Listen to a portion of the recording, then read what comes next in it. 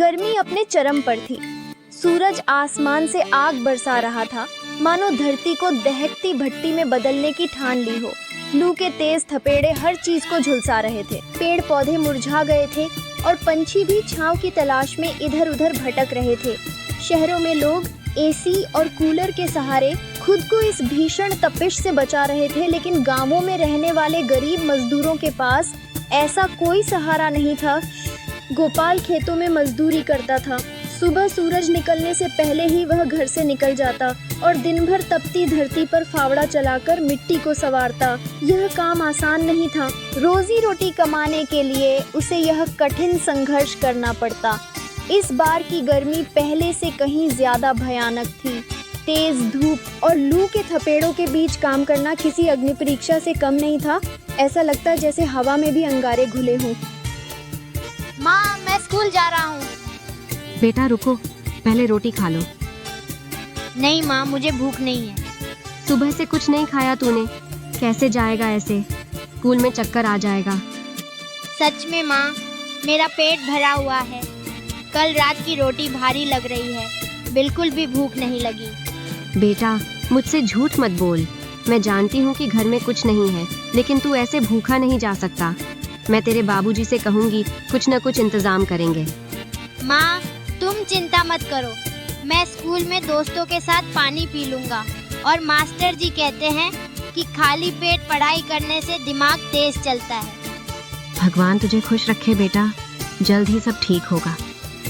अरे संजू, ये सूरज तो आज पूरा तंदूर बन गया है। लगता है हमको भूनकर खा जाएगा। हाँ रे, लगता है सूरज नाराज हो गया है। रोज सुबह सुबह आग उगलने लगता है। और ये हमारा गांव पानी भी नहीं है। कल तो मेरी माँ कह रही थी कि कुएं में भी आधा पानी रह गया है। हाँ, गर्मी में पानी भी नहीं है। पीने को राजू पानी के बिना हम सब कैसे रहेंगे? पानी तो जरूरी है यार। अचानक संजू लड़खड़ाने लगता है। उसकी आंखों के आगे अंधेरा छाने लगता है। वह रुककर अपने सिर को पकड़ लेता है।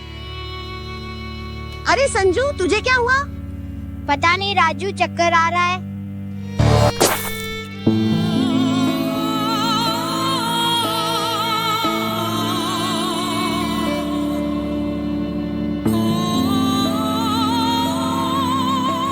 गोपाल काका, जल्दी चलो, संजू गिर गया। गोपाल के कानों में जैसे ही यह शब्द पड़े, उसके पैरों तले जमीन खिसक गई। वह बिना कुछ सोचे समझे दौड़ता हुआ बाहर आया। सामने देखा, 7 साल का संजू तपती जमीन पर बेहोश पड़ा था। उसके होंठ सूख चुके थे, चेहरा पसीने से तर था और सांसें बहुत धीमी हो रही थीं। कुंती, जल्दी कुछ पानी ला, संजू को होश नहीं आ रहा। पानी कहाँ से लाऊं? कुएं का पानी तो पहले ही सूख गया है, और जो कुआं गांव से बाहर है, वहां तक पहुंचते पहुंचते तो संजू की तबीयत और बिगड़ जाएगी।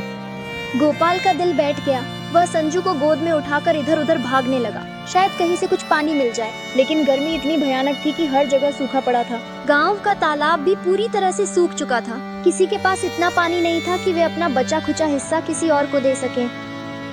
कुंती, तू यहीं रह। मेरे संजू को कुछ नहीं होगा, कुछ नहीं होने दूंगा मैं अभी जाता हूँ ठाकुर के पास। वो चाहे जूते के नीचे रौंद दे, मुझे भगा दे, लेकिन मैं झुकूंगा, गिरूंगा, पर पानी लेकर लौटूंगा। अगर आज कुछ नहीं किया तो जिंदगी भर मेरे बेटे की सूखी आंखें मेरा पीछा करेंगी। कुंती, तू संजू का ख्याल रख। मैं अभी जाता हूं पानी लाने। कुछ भी हो जाए आज, मैं उसे ऐसे नहीं जाने दूंगा। ठाकुर चाहे जो कर ले, चाहे जितनी शर्तें रख ले, आज अगर उसके दरवाजे पर भी गिरना पड़ा ना, तो गिरूंगा, पर संजू के लिए पानी लेकर ही लौटूंगा। सुन रहा है ना तू बेटा? तेरा बाप जिंदा है, तुझे ऐसे नहीं जाने दूंगा। बस थोड़ा इंतजार कर, मैं आ रहा हूं तेरे लिए पानी लेके। जान देनी पड़ी तो दूंगा, पर खाली हाथ वापस नहीं आऊंगा।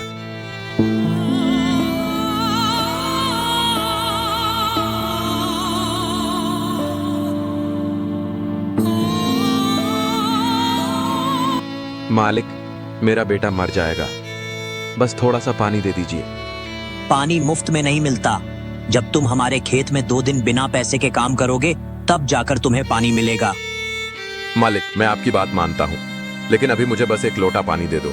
मेरे बेटे की जान खतरे में है। ठाकुर मुस्कुराया और अपने नौकर को इशारा किया नौकर कुएं से एक लोटा पानी निकाल कर लाया और ठाकुर ने उसे जमीन पर गिरा दिया।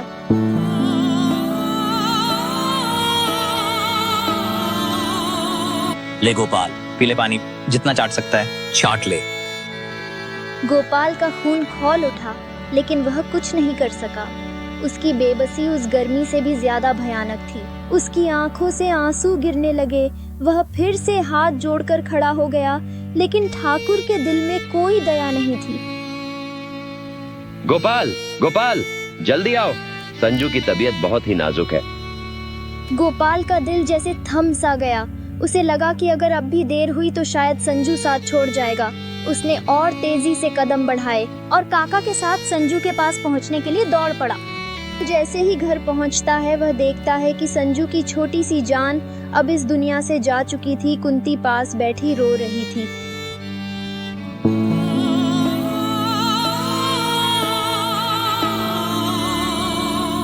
कुंती, संजू, नहीं, यह कैसे हो सकता है?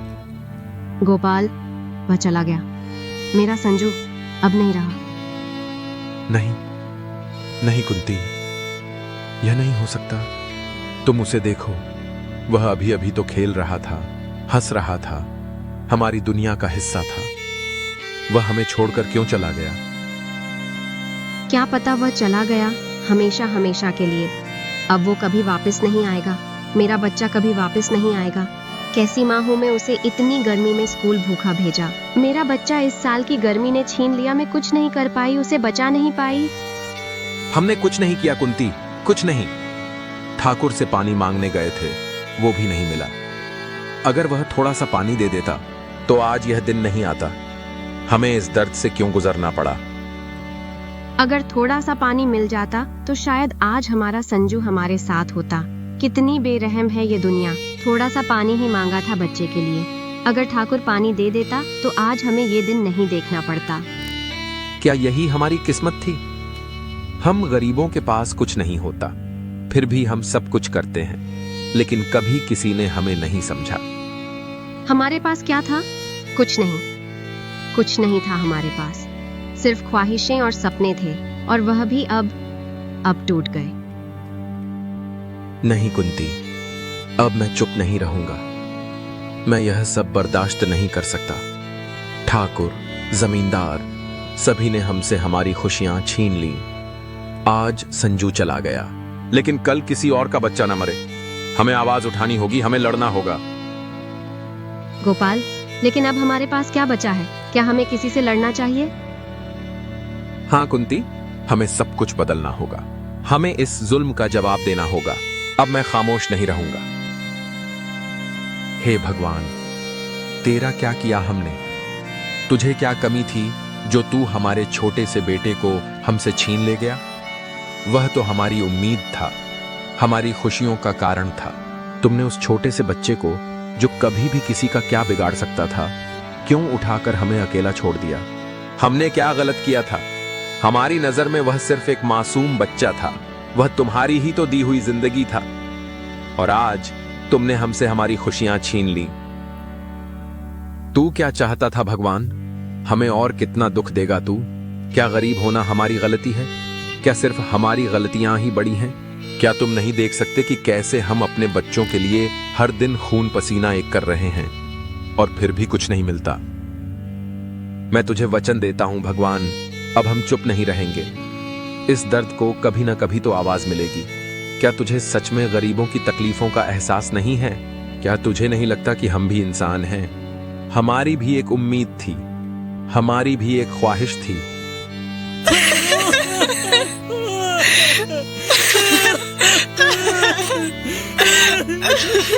अब क्या लेने आया है गरीब? तेरा बेटा मर गया तो इसमें मेरी क्या गलती? तेरी गलती यही है ठाकुर कि तेरा दिल पत्थर बन चुका है। तेरी इतनी हिम्मत, तू मुझसे इस तरह बात कर रहा है? गरीबों के पास कुछ नहीं होता, लेकिन उनके पास भी बच्चे होते हैं, उनके भी सपने होते हैं। क्या तुझे इस सब का कभी एहसास हुआ? क्या तुझे फर्क नहीं पड़ता कि हमारे बच्चों का क्या होता है? हाँ, नहीं पड़ता फर्क। गरीबों की औकात ही क्या है? तुम जैसे लोग सिर्फ मेरे यहाँ मजदूरी करने के लिए पैदा हुए हो। तू नहीं समझेगा ठाकुर। तुझे कभी यह नहीं समझ आएगा कि गरीब का दर्द क्या होता है, क्योंकि तेरा दिल किसी इंसान के लिए नहीं, सिर्फ अपनी जमीन और संपत्ति के लिए धड़कता है। अच्छा तो तुम कुछ करना चाहते हो? तुम सब बस ये सोचते हो कि दुनिया तुम्हारे लिए बदलेगी, लेकिन तुम्हारे जैसे लोग सिर्फ शिकायत करते हैं, बदलते नहीं। तू गलत समझ रहा है ठाकुर। अब सब बदलने वाला है। अब कोई गरीब अपनी मौत को चुपचाप नहीं देखेगा। अब कोई गरीब अपने बच्चे को पानी के लिए मरने नहीं देगा। तुम पागल हो गए हो गोपाल, क्या कर रहे हो? तुझे यह नहीं पता कि हम लोग क्या सहते हैं। आज हम चुप नहीं रहेंगे। बहुत सहन कर चुके हैं। पानी पर तो सबका हक है ठाकुर। और तूने एक कटोरे पानी के लिए मेरे छोटे से बेटे की जान ले ली। अब तू देख मैं तेरे साथ क्या करता हूं। याद कर ले, अपने भगवान को शायद तुझे बचा ले मेरे गुस्से से।